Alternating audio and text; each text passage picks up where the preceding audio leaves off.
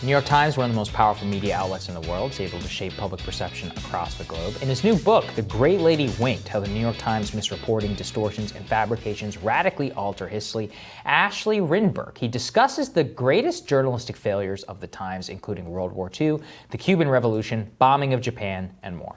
He joins us now to discuss. Great to have you, Ashely. Congrats on the book. Good to see you, Ashely. Thank you, guys. Thank you for having me here. So part of what's significant about this book is obviously there's been a whole conversation about fake news in the Trump era, but you track a much longer history of nefarious doings at what is perhaps the most important newspaper in the entire world. Just talk to us a little bit about what inspired the book.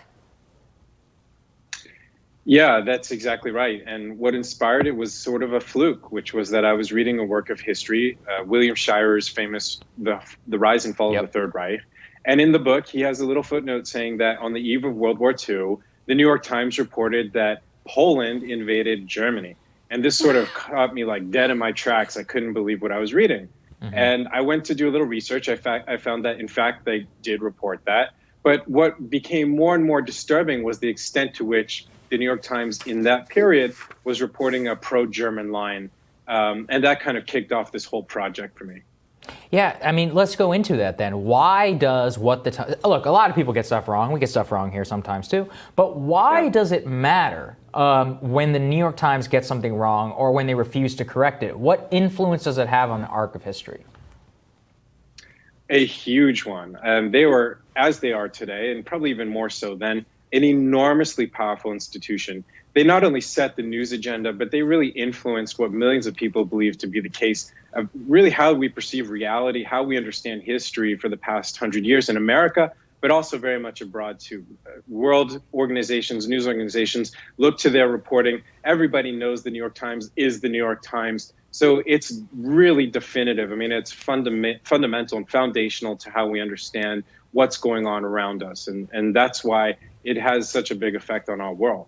Yeah. So is there a common thread between the types of mistakes that they make? Or is it, they get something wrong here, they get something wrong there, but there's not sort of like a connective tissue between the ways in which they typically err?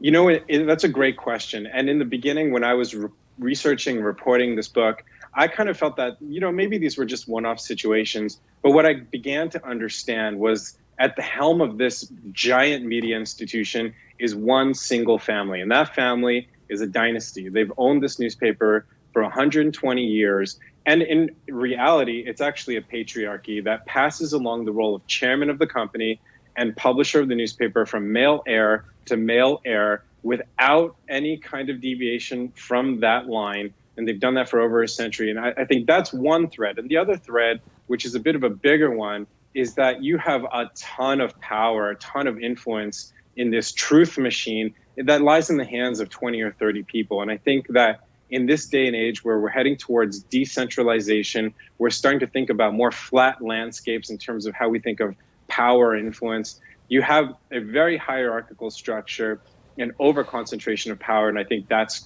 caused a lot of damage over the years.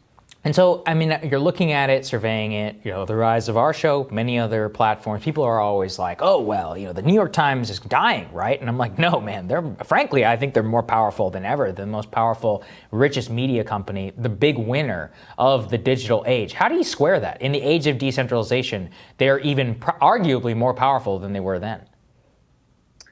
That's a great point, and it's a very important question. I think what it's really about is that when you look at what's going on in the corporate world in general, and aside from media, and we're seeing that these big companies are getting richer and richer and more powerful. And that's exactly what's going on at the New York Times. If you just take a look at their stock price, it says it right there. It's kind of a hockey stick over the last 5-10 years. It has shot up, and their wealth, their power has gone up along with it. And I think that brings us back to this topic of corporate media and over-centralization of power. And really, when you start mixing that kind of financial interest with the need to tell the truth, then you've got something that's really a toxic stew, as how I put it. And I think that's where we really got to pay attention to that, start thinking how we can separate financial interests out from the need to tell the truth and gather the facts. Yeah. Ashely, give us a few details about, the initial spark for the book you said was realizing the New York Times